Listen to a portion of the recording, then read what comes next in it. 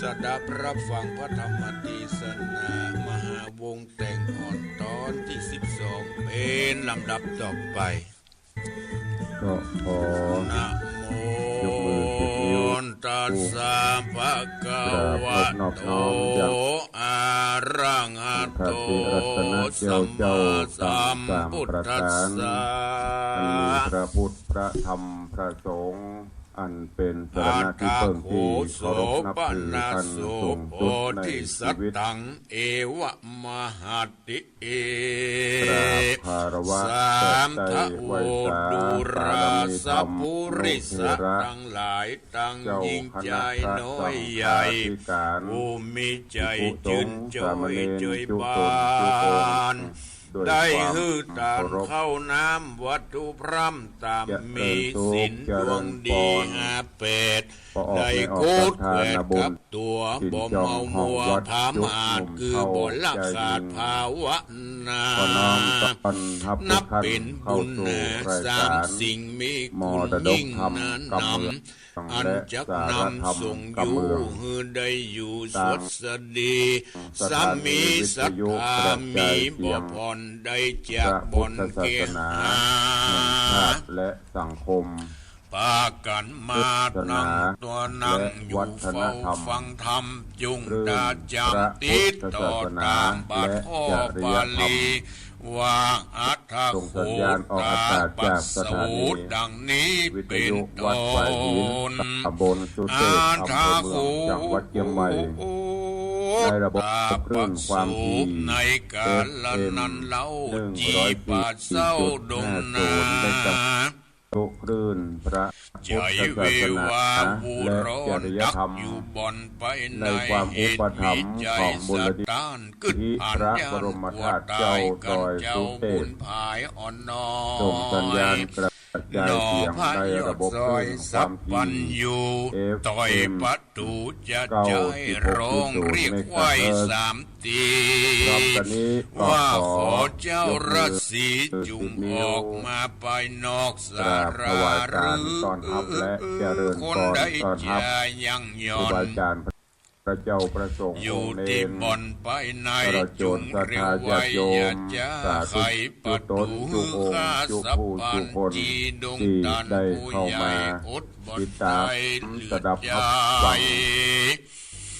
จิงไข่ตบต้อยวันดูรายักษ์คอยดงดำมึงมาทำหยาบจ้าลักเอาน้องลากูนี้กูสุกีของทีวีวัดไฟยังบ่ได้หมายหาหมายหายมึงปล่อยผ่านภายใต้เต้าพระภูสมุวิสุวัตวรกิโจมาที่เก่าทรงคนรอยจิ้นคนลูกลาลำกว่าสัตว์ป่าดงนามึงจุงมาริบเอาเข้าสู่ดาวไปนายแล้วเร็วไวกับกว่ากูวันหน้าเมื่อมอนหรืออาวรไม่มาได้เสียงขาดหายโหนรายการนี้ดำเนินโดยกล่าวกับผมอาตมาภาพได้ยินกำเจ้าราศีสังกามีลายแหล่จิงเก่าแก่กับไปเจ้าอาวาสวัดวังสิงคำตำบลป่าแดดอำเภอเมืองเชียงใหม่จังหวัดเชียงใหม่เป็นผู้ดำเนินรายการหรือที่ญาติโยมท้องขานกันว่าตุ๊กลุงในวังเป็นผู้ดำเนินรายการเลิกนำเสียงอันนาเตเตชนะเพื่อแสวงหามาฝากฝังมาพบมาป้าอย่างแม่ยอดใส่ใจผู้มีน้ำไข่เด็กก่อนวันนางแต่งอ่อนบุญเรืองได้หนีเสียเมืองพระคองมาตกต้องดงนาปัดนี้นาข้าหูว่าแม่ตกอยู่เวียงใจแห่งยักษ์กาใสอาจารย์พระครูสมุวิสุเอาหาดในห้องราชเมืองนันทพานขางดงดานป่าไม้ยิงได้ตุยมากำตันจางเก่าจีว่ายักษ์กำกีตารอนทุกวันปัดภ าคนา ว่ากันว่า หนีไป วันนี้ ขอ อากาศยาม อยู่ เช้า ให้เก่าจี แตก คือ ต่างกัน ข้า ไป หู เมื่อ ตา เช้าม ตา ก็ ภา จะ ษา เย็นๆหน่อย ผู้เฒ่าได้ยินเจ้าไข่ บ่ายมาก็จะเริ่มร้อน ความสัง บ่าย กา ค่ำมาก็เริ่ ให้ มจะ ขาด คึมๆ หูว่าเป็นลาน แต่ รักราช ค ใส่ วามอึม ใจ ครึมนี้ ก็เร็วไว วัน พู ค่ำ ด อย่าง ออกมาภายนอกศาลา เริ่มจะหนาแน่นขึ้น แล้วใครจะแต่ตนตี ช่วงมีนาเมษา จนถึงปลา ฟ้าย ฝน คือ ตก เจ้า ลง บุ มา ญภายยศใหญ่ เท หู วดา เจ โปรง ย ไข ปลา ว้ ย จุบ น้ำ ป ฟ้า ระ น้ำฝ ก นลงมา าร ก็จะ ลุง ทำให้ และหลา ตื่ น น ใจ ใจ จื ไว้ น เงี้ย ปี ละ ติ ล้างกัน ตื่น ไปหน่อย นำนาต่างใคร ขอบคุณ จะ ที่ โดดถอย เอามี มี ความร่ว บ่ มมือกัน น้อยลายป บ้า ระ นเฮา การ ร่วมไม้ร่วมมือกันอย่างดี แต่ต่างที่ต่างถิ่นหรือ อัน เพื่ วา อน นบ้านประเท โพ ศเพื่อน ธิ บ้าน ยานห เพื่ นุ่ อน ม ก็ยัง เนา มีกัน กับ เข้ากัน อา อยู่ รักเจ้า วั เวีย น ง นี้ ใจ มันไม่ได้อยู่ กด บ้าน ใจ เฮาหรอก นอนจอด แต่มันจะว่าจำกัดมันได้จะว่ามัดมันไว้ได้ มันจะกระจายไปตามทิศทางลม ปุ้งเรืองราย โดยเฉพาะกลางเมืองเหนือเฮานี่ รัศมีใสเจงส่องหันไขว้ห้องดงตันเขา ก็เลยทำให้มันจะหนาแน่น ก เพราะฉะนั้นก็ดูแลแต่สุขภาพกันเด้อ ไว้อย่างเจ้า ถ้าเป็น ตาม ไปได้ ภา ก็ ษา พกห ว่า น้า ข กาก อ เหมือนเดิม ลา จะไป ดี ละ กว่าลัดดันป่าดงรี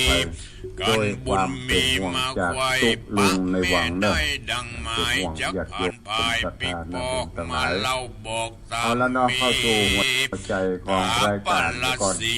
คำเดียวเขาปล่อยไปตักปลายปูจากับพี่น้องญาติโยมศรัทธาทั้งตาทั้งหน้าจอเฟซบุ๊กไลฟ์ทั้งต่างบ้านต่างจองเนอะต่างบ้านต่างจอง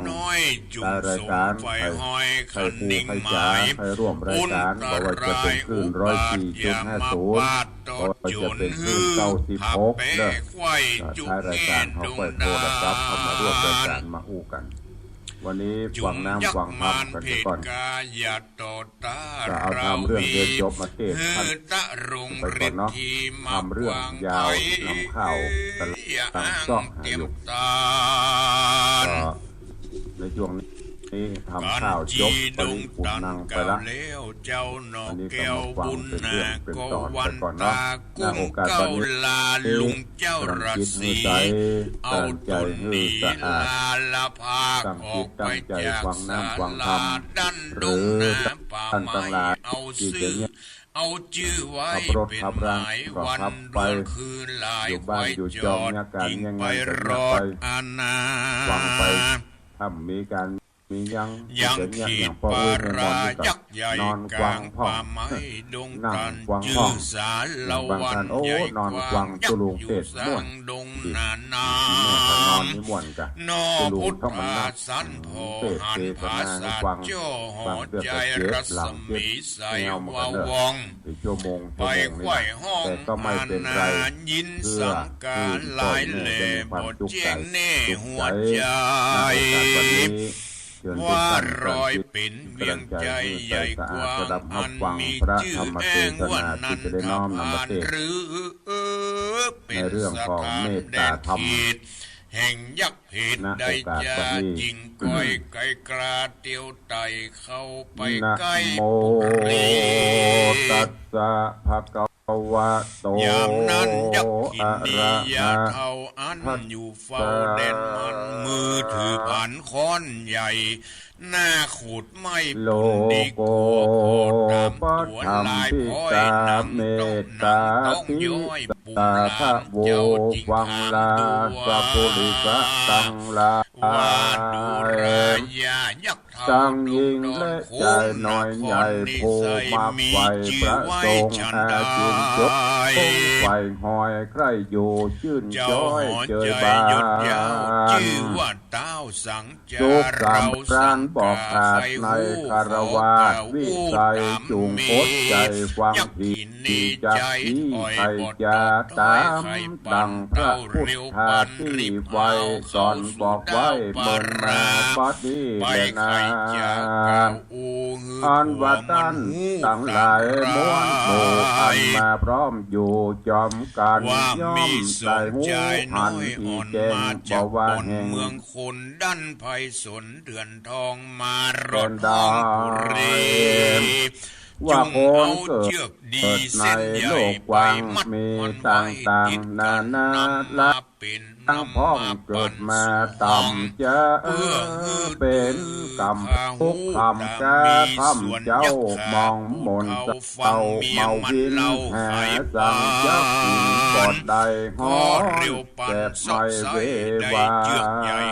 เหนียวแล้วจะเหลียวเก่าจีฮือแจ้งทีความใน ทั้งคนนั้นใจเป็นเงาใบบึกนาล้างพ้องมีกายาจำเปียเป็นง่อยเปียเสียขาดล้างพ้องจะลาเศษเท่าบ่มีลูกเต่ามาปัดปูตัวเปิ้งตัวบอดได้ฮอนเอาไม่ถนัดใจล้างพ้องโรกาภัยอันใหญ่มาบังเกิดได้ในตนเป็นกังวลหลากโรคบ่หูจากหมายหายคนตั้งหลายฝูงนี้ตั้งได้ที่ไผ่ปานเขาได้หันโจผู้บอกวันกล่าวโอนินตาเขามาหาที่ไกลบอกวันขับไล่จำเนีวันผ่านนี้ช่วยตามโดยเขานำปัจจัยพึ่งหัวต้องใหญ่มีใบเครื่องใจตามหาใดหรือมีหันคนมองกี่กำราเตียวบัดไปนามหาเดียวเข้าไปกาวันนี้เมตตาแผ่เพื่อหนุนกอบแก่เท่าทุกโจกเก่ามองผ่านกวนไข่การก้มหวานตันต่อออกปากรอวอนใหญ่เนี้ยคนในห่วมห้องหรือพี่น้องเอาสามีกาห่วมคางเมียห่วมสร้างแปลงปิ้งลูกใหญ่ยิงน้อยใหญ่ห้อนเดือดไม่เววาตัวยักษ์ขาดย้อนโรกามาตองในเลื่อนห้องยินจีควนไข่ว่าตีต่อถอยบ่อปากย่อยจะละเองควนโคงไว้ที่ต่อหาหมอมาพอเยียวยาจูเวลาพอเฝ้าจะลมเล่าเอาใจเจ็บเหือใครยามห้อนเข้าน้ำป้อนตามเปิงบ่อใดเลิงลี้ซ่อนอยู่ที่บ่อนแดนกรายย้อนตัวโลกาโต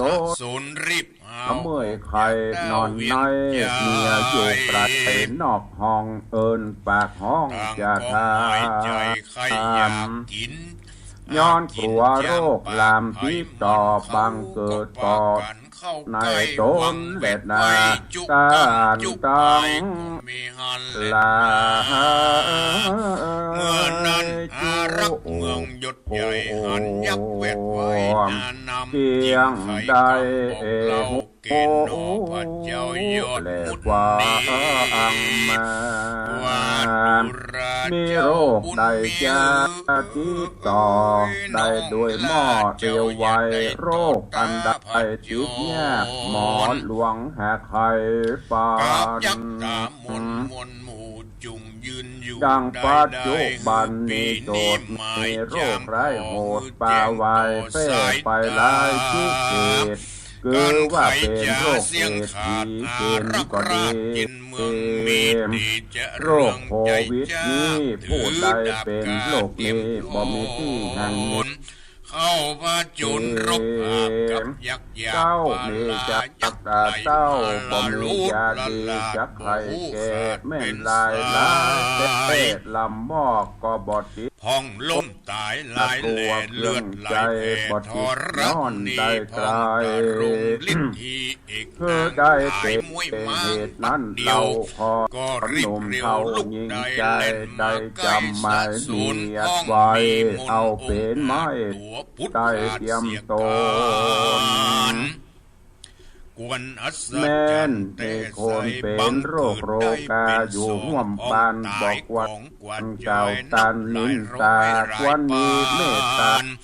รบ ก็ หา เพื่อ กั ใจ นแต่ง ไหวเอื้อ ตั้ พาง แต่ นี เจ้าทลาบตด ของได้มี ควาย ก็ ยักษ์ ก็ ลง ย่อ ตา ยื ย น หลาย โดย แหล่ นา เหลือ ชื่น ข้าง เจย ห บาน บา ไข่ งตาก ำบานลมเล่าเฮือหายตกเศร้า ต่าง เครื่อง กู กา พาขุดไม่หีดผับใดบ่ผับบดใด บ่ ดัง ละ ใจ อาล่างเกียรติ แม่น บ่ ใจ จัด มนต์ ร่วม ใจ เกียรติ วิ แต่ง เศษ ใจ สัต มี ร คิด ปิ จะ ด ได้ช่วยได้ต่อจุผู้ช่วยใจตามใบคนบ่สบายได้หู ลวดพระ ว่า หนี คน ตั้ง ห่วมอยู่ เข้า เงิน ไป โต สู่ภายในแล้วรีบไปขับไว้ มี บอก ต่าง เท้า บน ไทย ใจ ขับ จอด รา บนลาตอด ตัดบันฮักแต่งปันบ่พรดังแต่ก่อนเดิมมา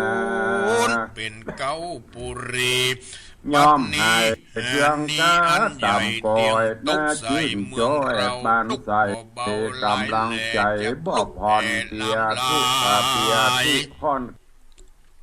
เหตุมีใจลูกใดนับอันใด แม่ สอง นั คน บ มี หนา ลักษณะตนองค์ บ่ อ่อน น้ มา อ ร ย ดบ ยอม น จะ รา ก็ ชธา ให้ นี เบาบางแด่นา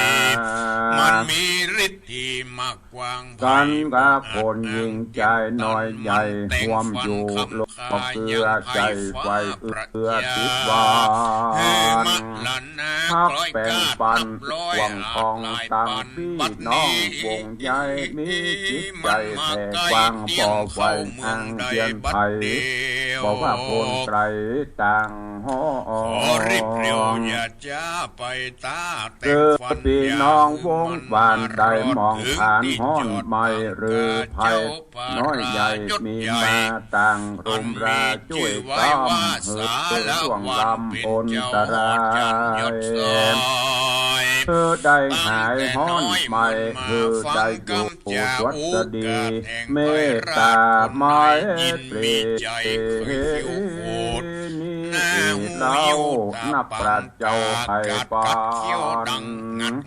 ตืบตีนว่าเป็นเชือกปันจอมก้องยังแห่งห้องหัวใจแห่งคนในโลกใจคือตั้งอยู่ได้เมินนานลงมา โยกสามรานชื่นยาวว่าพับแผ่นดาวอาณาเล็ดพลัดยังเมตตาธรรมนิใจเปลี่ยนย่อมใจอานิสงส์ตามใจจงไฟห้อยมีบ่อน้อย11ประการตนกูบดอยู่ด้วยง่า ตาย ทำดังพระนอยินนาอามาสืบตั้งแต่ว่าสอนบอกไว้เป็นตราฟันดอยผาสูงใหญ่ปัง ว่าสุขังสุปฏิสุขังปฏิพุทธตินาปาปะกังสุขินังปัสสติมนุษย์จานังปิโยโหติอะมนุษย์จานังปิโยโหติเทวตาราคันตินาสะอัก หมอกละ ทิ อ่อน วา เด็ก วิ ใหญ่คำ สั ตาง วา คำ สัท ใจ ธัง จัก วาร อด กา ได้ มา ฉัน ติ ใด สุ กู วั จะ ตั ไป ง รี ทิ บ ตัง เอา สมา กำม ธิ วลนาว จ ฟัน ติ คอ มุ มัน ขวันโน เสียงเลี้ยงไส้จับ วิ ละ ปัส ไว้ สิ ปั นาติอาสัมมุลโหกา ได้ ลัง จ่าเสียงขาด กโร ก็ปุง ติ ละลาดจะองค์ สะ กา อั ร ปปะ รี ติ กเรียบ จั อาน เรี โต ยบลิบบนหานมวลหมู่มาพร้อมอยู่สัพ กรร พัน มโล ก็มี กุ หัน ปะ เล่น โค นา โหติสังเววาแยมเมื่อดับและตื่นสุขจอยจืดตื่นเป็นนิรันดร์ลาปอวานหานเรื่องให้เป็นตนว่าปวันเล่นไปเพื่อมีปวันโจรกาลีไล่ตาปวันลงป่าดงนาผู้มีพระญาณดันเราคนลงเขาเล่งหานย่อมหักแบ่งปันไฟเชื่อต่างจะเชื่อวงสามีดงนาจุเกตังยักเทศเป็นโยธากุฏอาตุรกายน้อยใหญ่ยอมพักไฟสิญาณีกิเมหาหักพอดบ่มาจอดราวิเร็วปันยกออกไปจากเวียงจันทร์เทวดามีมวลหมู่บ่ว่าอยู่แดนใดย่อมมีใจไฟหอยไข่ก้าวถอยย่อปูนช่วยกำหนุนเฮือใดหายห้อนไม่เครื่องตาผู้มีเมตตานิสัยไว้บ่อนไม่ดีวัดนางวันปิดมีลายจริงแม่นปิดให้ยิ่งปานใดตั้งดาบผมใส่เรือนกระตั้งมีดพระผมบางย่อมหายจังกระกราดบอกอาจต้องปาดอินทรีเมตตามีบอกผ่อนจิตบอกห่อนวัดไว้มีจิตใจนิ่มมันโดยด่วนกันเรียวไว้มีหน้าใสชื่นจ้อยปุ่นดีไฟน้อยเล่งแงงโจกไงแรงคำเจ้าบ่หูบนเศร้าเทียสะลียามจักดับอินทรีกระตราดชีวิตจักขาดทุกตามบ่หลงลำกุมกว่าบ่ปันบาเวบาการมรณะกลาพระตายละจากเมืองโคยอมเอาโตเกิดในจันทรมมาเลิศไปบนบ่อยากจะเล่นนาตัดกะมาเหตุนั้นเราขอหนุ่มเขาอินใจจุงคงควายตั้งก่อนยังเมตตาต่อให้เติมบานแย้มได้หันหรือหูว่าโคนร่วงอยู่เฮือนตนหรือว่าคนต่างห้องได้ทุกโศกต้องเสียงกาย้อนอาณาถากันอยากทุกลำบากถนัดใจหรือว่ามีโรคคือมีเมตตาช่วยกำโดยเขานำอาหารไข่กำหวานต่อถอยโดยกำอ่อนคอยบอนหูเว้นกรรมมึงกูอยากจะเว้นกรรมเจ้งด่าสามัญความทุกข์สำราญชื่นจอยย่อมจองหอยมีมาบ่อยาจะเล่นนาอันว่าเมตตานินากรรมโลกคือทุกโศกสูญหายกันคนยิ่งใจน้อยใหญ่บอดละปล่อยวางตามยังเมตตาธรรมนิสัยจากทุกบานไว้อาณานับโลกาแผ่นกว้างทุกย่อมห่างหายเข้าผับสู้บัดเดียวมันยักสำราญดียืนเจ้าตัวแผ่นดาวปัตตภีการเมตตานี้จากโลกจักโศกมองทาง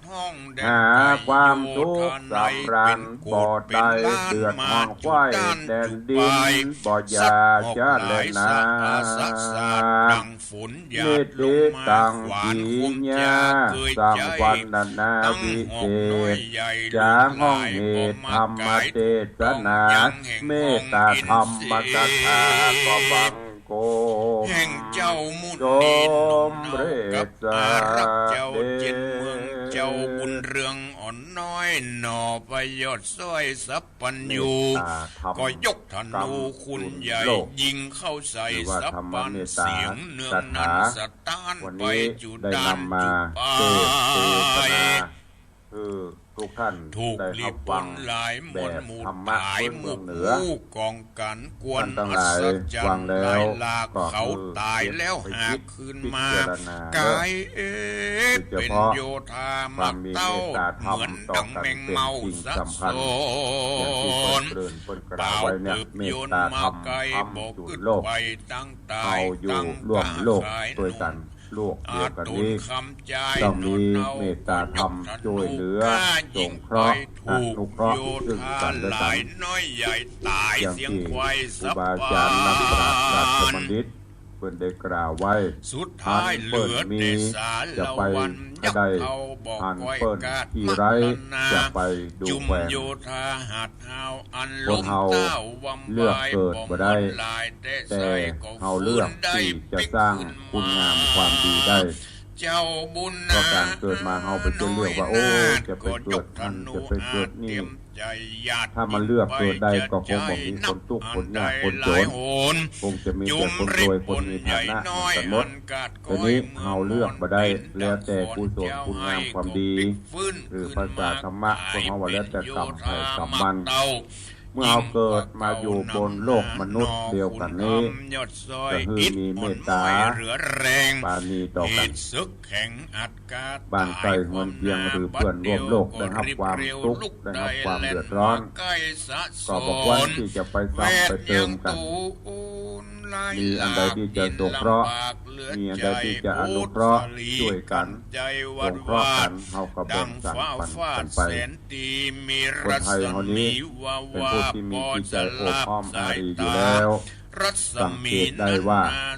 เวลามีอะไรเกิดขึ้นเหตุการณ์เกิดขึ้นในบ้านในเมืองเขานี้มันจะช่วยกันแม้กระทั่งอย่างที่ผ่านมาโรคโควิดโรคโควิดมาคนที่เป็นก็จะต้องโดนกักตัวอยู่บ้านอยู่จองคนที่บ่เป็นก็จะช่วยเหลือสงเคราะห์ส่งเข้าส่งน้ำส่งหั่นส่งนี่ดูแลกันไปจนเฮากระทั่งฝ่าฟันรอดพ้นสิ่งต่างๆมาได้นี่ก็ด้วยความมีเมตตาถ้าบางนี้เมตตาทำต่อกันต่างคนก็ต่างเอาตัวรอดตัวใครตัวมันนี่นะหายนะเกิดขึ้นหายนะเกิดขึ้นอยู่ได้เพราะมันมีใครช่วยกันหรอกที่เป็นก็จะเป็นโรคก็จะระบาดไปที่มีต่างแก้ไขช่วยกันแต่ที่เรารอดพ้นกันมาเพราะว่าจะมีเหตุการณ์ใดๆเกิดขึ้นก็โดยเมตตาธรรมพระเจ้าประสงค์ก็สงเคราะห์ญาติโยมญาติโยมก็สงเคราะห์พระเจ้าประสงค์ตั้งราชการบ้านเมืองแม้กระทั่งองค์พระบาทสมเด็จพระเจ้าอยู่หัวพระองค์ท่านก็บ่ได้นิ่งดูดายทรงทศพิราชธรรมทรงเมตตาธรรมอันเป็นลูก พระราชทานสิ่งของต่างๆมาช่วยเหลือนี่แหละคือการอยู่ร่วมกันเพราะว่าจะอยู่ตั้งบนเพราะว่าจะอยู่ตั้งลุ่มฐานะรับทานจะเป็นจะใดแต่เมื่อมีหันเปิ้นทุกข์เปิ้นโจรเฮาพอจะช่วยได้ก็ช่วยไปอย่างเมื่อก่อนเฮาจะหันว่าที่เปิ้นเฮาว่ายาจกยาจกวันนี้พกขอทานเมื่อก่อนนี่เมื่ออาตมาเมื่อตุลงเป็นเนนเป็นพโยมนี่จะหันอยู่เพิ่นจะมาขอทานบางเทื่อก็โอ้อยากให้ใส่นา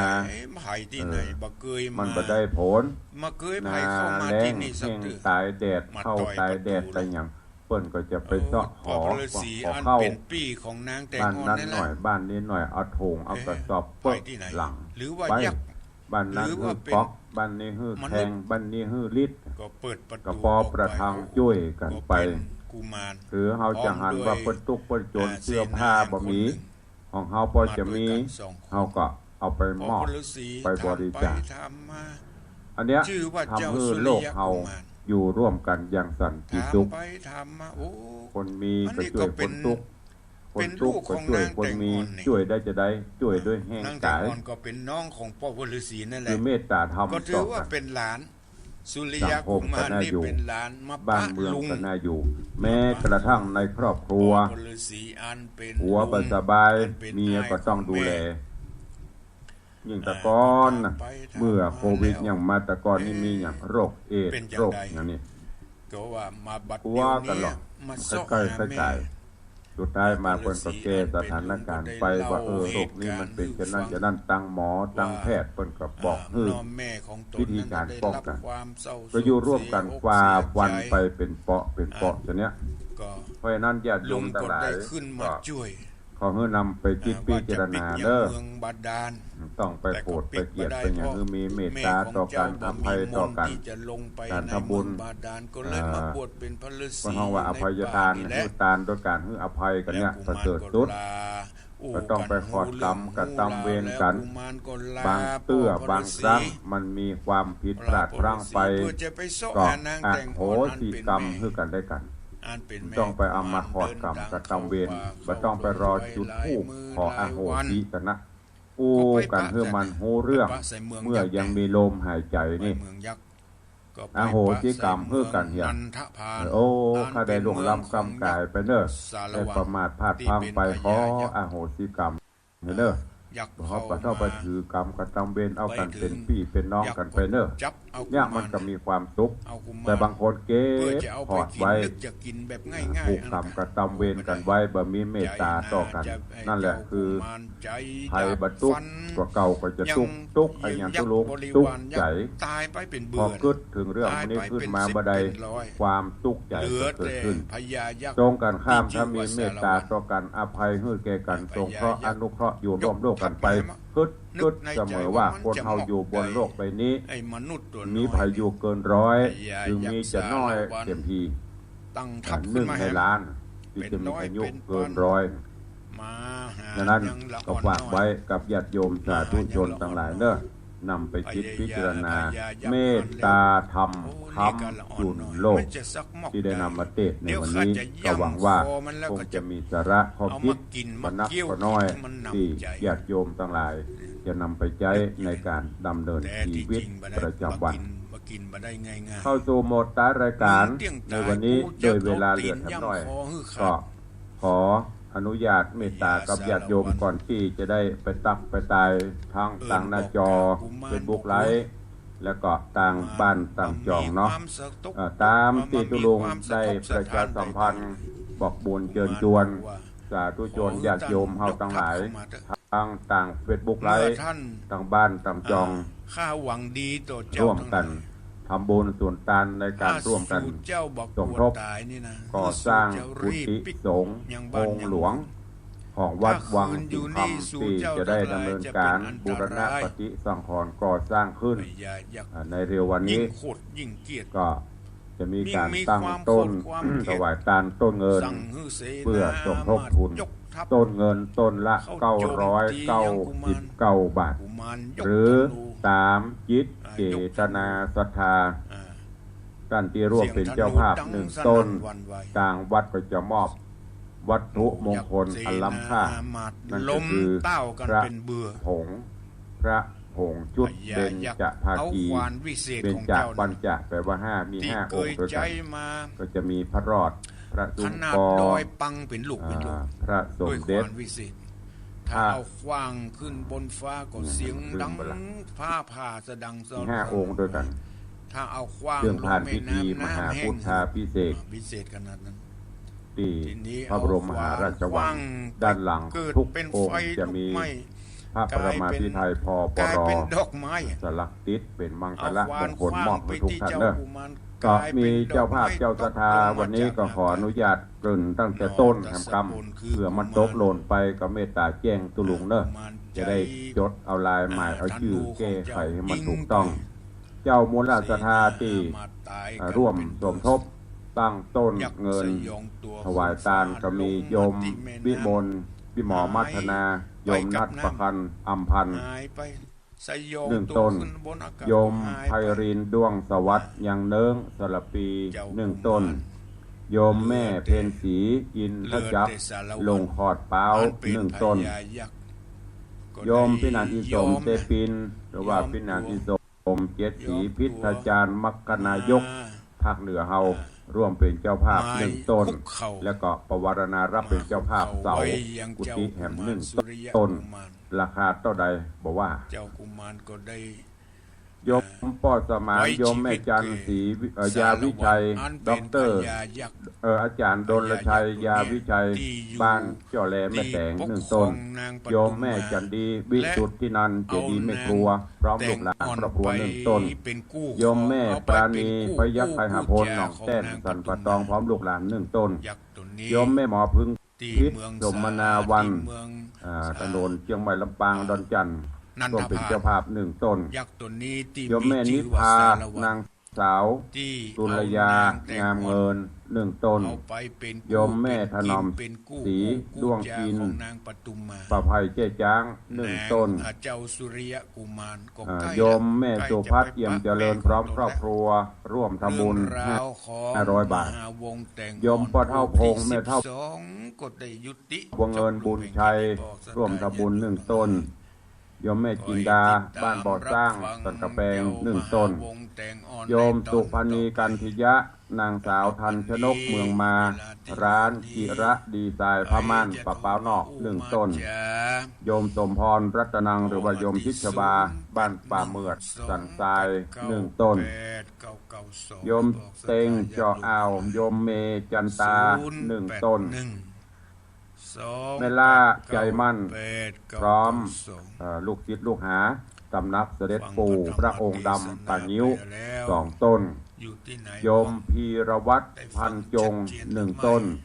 โยมนางสาวนันชัยแก้วนิน1 ต้น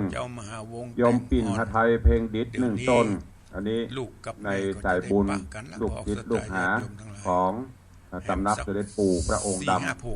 แล้วก็มีประมาณ3-4 ต้นลูกเบาเพิ่นโทรวันนั้นตุลุงบ่ได้รับ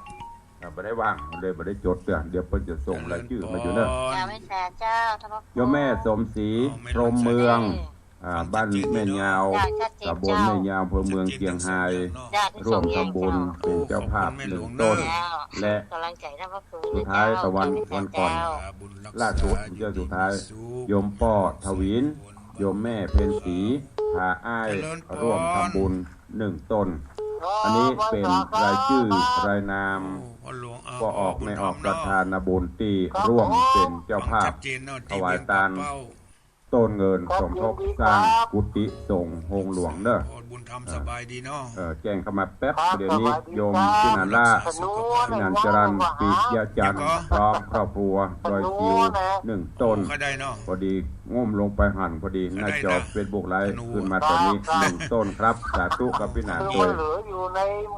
แล้วก็นอกจากนั้นปีใหม่ใกล้เข้ามาก็เป็นธรรมเนียมปฏิบัติทุกปีนั่นก็คือการทำบุญถวายทานเจดีย์ทรายการจ่อทานตุงใส่หมูทานใส่จ้างหมูนี่ตลอดจนที่สำคัญมันนึงก็คือสงเคราะห์ส่งน้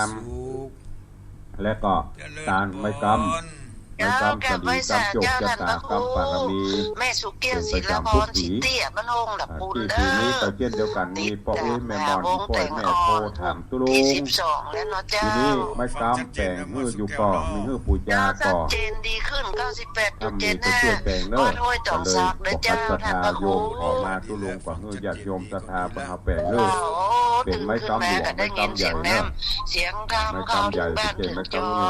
โอ้กรรมที่เป็นกรรมกันตลอดประดับประดาตกแต่งอย่างสวยสดงดงามชิดกระดาษเงินกระดาษทองกลับไปสาท่านพระครูสาธุสาธุเจ้าอย่างสวยงามก็คือญาติโยมศรัทธาเป็นเจ้าศรัทธาบูชาประกาศเท่าเดิมเล่มละ500 บาทในเล่ม500 บาทก็จะมีเทียนมีตูนไส้หมูเหมือนเดิมอย่างที่เขาปฏิบัติกันมาเด้อก็ไม่ได้บังคับเช่นเดียวกันใครจะบูชาก็ได้บอกบูชาก็สุดแล้วแต่เนอะแต่ตอนนี้ก็มีเจ้ามูลศรัทธาที่จับจองแจ้งเป็นเจ้าภาพเข้ามาดังรายนามอันนี้เป็นรายนามไม้ซ้ำกะหรี่เนอะแต่ที่เป็นผู้ร่วมบุญ ตานต้นเงินสมทบสร้างกุฏิสงฆ์ ไหว้ใหญ่ อันนี้ เจ้าก รรมจะตาบารมีของท่านทั้งหลายเอง เสียงนี่นะ ปีก่อนกรรมมาถึงปีนี้ อุ้ยหลง ปีนี้ก็กรรมต่อไปถึ ที่ งปี ลี หน้า ที่ลีก็ฟังชัดเจนดีเนาะ อย่างตุลุงหวานน่ะ ชัด ต่อ เจนเจ้า คนเราต่ออายุก็เดียวกันกันเนาะแต่ละอูประกันจบจ้ะวันนี้อย่ามาหม้อกูเตือนนี่จะดักปิ้งวันนี้ตะเล่เจ้าจี น้ำเอาทำเป็นกู้เป็นกิมไป เออ เจริญพร ทำแจ้งมากระทำนะท่านหู อาหารจิตอาหารใจ ว่าจะได้ จึงบอกไปไหน เพลงดูวังชักเดียวอยู่นะฟัง อ๋อสาธุอนุโมทนานะแม่เนอ อืม สาธุคุณรักษาวันนี้หมาจะเจ้าเฮ้ย คุณรักษาได้ไหมอุ้ยเนอ เดี๋ยวเนอเดี๋ยวตุลุงจะโจทย์อนุแม่เนอสา เจ ธุ ริญพ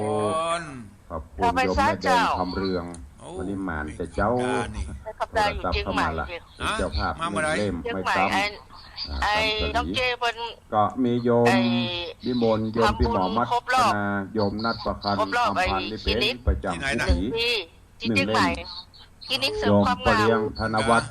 โย แล้วก็ ม มา แม่ นอน เลี้ยง ที่เบิ่ม พั มา ฒ เยอะ พิ กิน ชา เลยหาองค์ ดุสิ่งคำร่วมเป็นเจ้าภาพ แล้วก็ เป็นวัตถุมวลกันอยู่4 เล่ม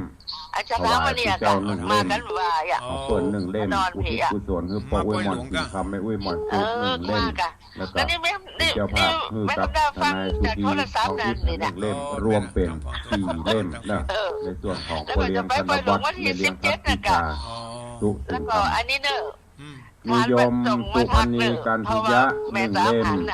โยมนางสาวทันชนกเมืองมา1 เล่มมีร้านกิระดีใจปะเปล่าหนอก เจ้า แม่ตาทองยาวรรณศรีพร้อมครอบครัวบ้านต้นโจกหนองตอง1 เล่ม แล้วก็มีญาติธรรมสมทบก็มีแม่สมพรพันทอง แม่รำจวนพันทอง แม่ทัศนีอินโต โยมเหมือนขวัญพันทองพ่อศูนย์อินทนันท์โยมนุชโยมยุพินก้อนแก้วอันนี้รวมกระแถม1 เล่ม ฟังชัด โย เจ ม น พ่อ ดี วิ เนาะ ชัยโยมแม่สุพัฒน์โยมปราบพันธ์เอี่ยมเจริญ โยมธนสอนธรรมปัญโย1 เล่ม 90นี่หมายถึง โยมแม่สีสองบานพุทธจันทร์ยายเทินเพื่อนเกษตร1 เล่ม โยมเพียรชลีคำกิติพร้อมครอบครัวบ้านเมือง5โดยสเก็ต1 เล่ม โยมป้อมามอนศรีพร้อมครอบครัวบ้านร่องบอลเหนือ1 เล่ม นางสาวถาวรีด้วงอิน1 เล่ม รักษา แม่ถนอมศรีด้วงอิน1 เล่ม โอ้ดีละ โยมแม่แม่สีคำปันหัวหน้าคณะลิเกสมานชัยนาฏศิลป์หัวหลิน1 เล่ม นางสาวสุภาพิษเกธารังลูกสาวของแม่สี ไข่แก้ คำปั วน นี่เนาะ 1 เล่ม แล้วก็มีโยมปริญญาเกธารัง1 เล่ม แล้วก็ล่าสุด เนาะ สุดท้ายล่าสุดเป็นสุดท้ายล่าสุดที่มีโยมแม่แดงคำเรืองเจ็ดยอด เก้ก้อย แจ้งเข้ามา1 เล่มขอบคุณอนุโมทนาบุญกับทุกท่านเนอะ ก้อยบอกเบอร์ ก็นำมาแจ้งมาบอกไปบอกกล่าวเล่าขานเตพุทธเทวดาก็จะได้โมทนาสาธุแต่ที่สำคัญขอบคุณกับโยมเป็นอัลล่าเป็นอัญจรังสิยจันทร์ได้กี่ตน เออ รวมเป็นเจ้าภาพ ก้อยทอง ไม่กำตัวฮะ เจ้าไว้สาเจ้า ไม่ไข่แก้ พบตามข่าวสารเนอะ แห่น้องจิ ไม่ ต ใช่ว่าโอ้แจ้งไปแจ้งกับประกาศ เจริญ เพื่ออะไร พรโอ้เจริญพร ก็บอกไปใครจะห้ามก็ได้ใครจะห้อมก็ได้บ่ห้อมก็ได้เนอะไม่ได้บังคับ เจริญพร ไม่มีกฎเกณฑ์บังคับสุดแล้วแต่ เจริญพ เพิ่นให้ ร หอมมากับประกาศอินพรหมยมราชเพื่อจะได้โมทนาสาธุเนอะเอาละเวลาก็เหลือแต่น้อยเดียวขอเข้าไปพบปะกับพี่น้องทางหน้าจอเฟซบุ๊กไลฟ์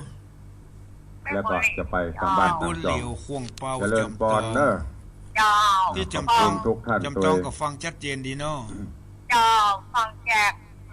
ห้วยตกสอง โอ้ เจ้า ห้ยต้องซักห้ยต้องซัก เจ้ามันอยู่ตรงใต้วัดห้วยตก ต้อง สอ ใจ ง ตัวใหญ่ละตัวน้อยหาย อ เบี้ย ยู่ ไปละ ใกล้สถานีหน่อยเนาะ มันมองมันโคตรแป๊บมันก็หายไปตั้งใดบ่ฮู้ โอ้ฟังก็ใกล้ถือว่าใกล้สถานีก็ฟังชัดเจนดี เจ้าฟังตั้งแต่พระครูที่วัด โอ้ เจ้านะ ฟัง เจ้า ไปเรื่อยๆเนอะกุตนกุโอม เจ้า มันโวยนะคอมนี่นะโคตรแป๊บเดียวมันก็หาย เจ้า ดีมีสุข เจริญปอนโยม ฟังแล้วก็เป็นสาได้ เป็น สา อัญจ ระ รัน ได้ ปิ ปัญ ยะ ญา จันทร์ ได้ เด้อ ความรู้ได้เป็นอาหารจิตอาหารใจทำให้จิตใจแจ่มชื่นเบิกบาน ได้ฟังพระธรรมเทศนาเข้าจิตเข้าใจ โยมเทิด ใน เกียร เนื้ ติ อหาสา เกิดน ระ พพระ คำ คุณ สั่งคำสอนข เจ องพ ริ ระ ญ สัม พ มาร สัมพุทธเจ้า โยมจังสอยุทธนาหางดง เป็นโอสถ เจริญพรโยมสุพันนี ที่ทำให้ เจริญพรโยมแม่จันดีวิสุทธินันท์เจริญพรโยมสมศรีพรหมเมือง มีจิตใจแช่มชื่นเบิกบาน เมื่อเฮามีปีติยินดีแช่มชื่นเบิกบานก็ทำให้มีชีวิตชีวาทำให้ เจริญพรโยมเพชร ทำให้อายุเฮา เจริญ ยืนยาวไปแหม พร หน่อย โยม สืบอายุ แม่ ไปแห เกีย ม งคำรุ่งไพโรจน์ มีความยินดี เจ มี ริญ ปี พ ติ รยายเอ้ยดอยคิว เจริญพ เจ ร ริญพร ยายเพลินเพื่อนเกษตร โทรมาจากไหน แล้วก็โยมสุพิษ โทรมาจากไหนก็ ตาประพันธ์ดอยสุเทพ อ๋อเสริมเง เจริญพรโยมแม่นวลศรี โอ้เสียง เขียว เสียงใครเบาไปหน่ เจ อย ริญพร โยมเพชร ใช่โทรมาพ้องเนาะมีโอกาสก็โทรมาพ้อง แล้วก็ อัน เจ นี้ ริ ไม่ ญพ แก้ว ร นะเจ้า ไม่แก้วเนาะไม่แก้วเสริมแอม ไหล เนาะ ขึ้นไหลลงนี่มันไหล เจ้า ลง ฟัง เล ต ย ลอดเจ็บ โยมสมทรงสิทธิกา ไปเรื่อยๆ เจ เน ริ อะ ญพรพินันยิชมเจปีนเจริญพรโยมแม่เลี้ยงพัดพิชาสุสิงค เจริญพ ำ ร เจริญพร นักการเจ้าพระอาจารย์ โทรมาจากไหน โยมประกายค แม่ ำกัน สีโทรมาจากลำพางเจ้า โทรมาจาก เจริญ ลำปาง พร บ้านยังไม่สี แม่เปิดอยู่บ้าน โยมทองคำพิษวงค เคลื่อนยาง ำเจริญพ ฟัง ร ชัดเจนดีเนาะ ชัดเจนเจ้า ฟังที่สถานีวัดบุญยวาสเนาะ เจริญพรพี่หมอมัทนาอำพันธ์ เป็นกุศลเนอะ เจริญพรโยมจันทรายแป้งหลวง ขอบคุณนะแม่ เจ เนอะ ริญพรโยมแม่โยมสลินทิพย์บุญเลิศ สาอยู่ดีมีสุขอาตมาได้ใจเวลามาพอสมควร จะหมดเวลา ถวายการต้อนรับ ก่ที่จะ ถวายความเคารพท่านพระมหาพระมหาคมสันจากกรุงเท สำห พ รับวันนี้ก็ขออำนวยอวยพรให้กับพ นี่เป็นทางหน้าจอเนอะเดี๋ยวถ้าขัดตรงบกพร่องจะได้ทุลุงจะเป็นตักไปตายไม่หลุน จงมีอา เพราะมันไหลไปไหลมาตากับ สุข ว่า ภาพ ดีตัวมันเล็กนิดเดียว มากะขึ้น เอาเป็นว่าเดี๋ยวจะ ป ไป รารถนาสิ่ง ไปตัก ใดๆก็ขอ มันหลุน ส เนอะ มดังความมุ่ง เอา มั่น ไปทางบ้าน หมือ เวลา กัน จำกัดเหลือน้อยเดียว อายุ ใคร วั จะ น อู้จะเอ่ยจะจ๋าครับทุลุงทางบ้านทางจอมเอาเข้ามาได้เลยเรื่องที่เจ้าภาพการต้นเงินการทุกเรื่องเจ้าภาพ ตั้งสิบพวงไม้นำพายาโย เข้ามาได้ ทานศีลภาวนาสร้างสม กันเนอะ ตามรอยพระบรม เจริญพร โพธิสม จากทุกท่านโฆษณาเด้อก็สมานเรียนพัฒนาเป็นประจำฟังอยู่ตลอดร่วมบุญไปตลอดเนื่องมีคนสมานยมในกันการวิชัยเอาใครจะอู้เคยเห็นจันทำไปไหนอ่ะถ้าจันทำมานี่ก็แสดงว่ามีละเป็นเรื่องชาวบ้านมีคนสมานเยอะมีแม่ตัวเล็กหน่อยเยอะมีจันทำเยอะเยอะไปหาไปทางบ้านถ้าวันใดบัดเจ็บโทรหาโดยเฉพาะนี่ก็กล้วยปลาไผ่กับว่าดังกำลังนอนจำวัดเล่นกันแล้วจังพระเจ้าเอาสิ่งเหลือไปพักไปบ่อนใครจะโอ้ตัวเข้ามากับผู้ยืนบ่อยเข้าหกนี่จะหลาย104ที่หายมันจะหาโอ้ฟังคุณลุงจะสบายใจแล้วก็จะโอ้ประจมไม่ได้จมนะครับจมนะครับอย่างโอ้ประจังโอ้ประจังเถอะเนาะเอามีหน้าที่ของเขาเกิดไปฟังประจังตามหน้าที่คุณเจ้ามา6 โมงถึง7 โมงจากรายการการขึ้น104.50เป็นประจำทุกวันถ้าแบบเมื่อยกับไข้กับเพลียนะกับละถ้าตั้งเก้าที่6ก็ทุกวันพุธพัดศุกร์เสาร์พุธพัดศุกร์นี่บ่ายโมงถึงบ่าย2 โมงเสาร์พุธ3 โมงถึง4 โมงจะพักนะจะ เป็นเวลาพักก็ไม่ได้พักอ้าวโยมเนี่ยจะดีสุดท้ายเลยวันนี้ก็ว่าจะรอยผมจะโหกลืมไปละ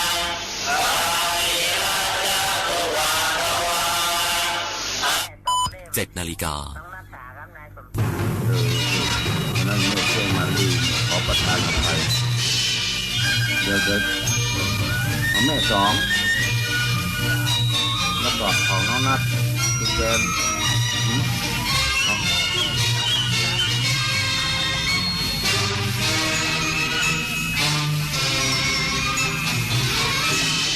ประเทศพัดพิชาเนาะ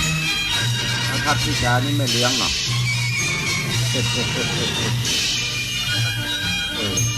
ที่นี่สถานีวิทยุกระจายเสียงแห่งประเทศไทยต่อไปเสนอข่าวซึ่งมีหัวข้อข่าวดังนี้นายกรัฐมนตรีนำสินค้าท้องถิ่นของไทยต่อยอดเพื่อนำไปจำหน่ายในห้างสรรพสินค้าชั้นนำที่กรุงปารีสสาธารณรัฐฝรั่งเศสกระทรวงทรัพยากรธรรมชาติและสิ่งแวดล้อมร่วมกับหน่วยงานที่เกี่ยวข้องขับเคลื่อนมาตรการแก้ไขปัญหาไฟป่าหมอกควันและฝุ่น PM 2.5 นายกรัฐมนตรีอิสราเอลเปิดเผยข้อมูลการเสียชีวิตของนักรบกลุ่มติดอาวุธชาวปาเลสไตน์ในฉนวนกาซาถึง 13,000 คนจากปฏิบัติการทางทหารของกองทัพอิสราเอลการแข่งขันกรีฑานานาชาติฮ่องกงซีรีส์ทีมลงกรดไทยทำผลงานได้5 เหรียญทองต่อไปเป็นรายละเอียดของข่าวสถานีวิทยุกระจายเสียงแห่งประเทศไทยขอเสนอสารคดีเฉลิมพระเกียรติพระบาทสมเด็จพระเจ้าอยู่หัวเนื่องในโอกาสมหามงคลเฉลิมพระชนมพรรษา6 รอบวันนี้เสนอตอนโครงการดูแลสุขภาพพระภิกษุสามเณรเฉลิมพระเกียรติ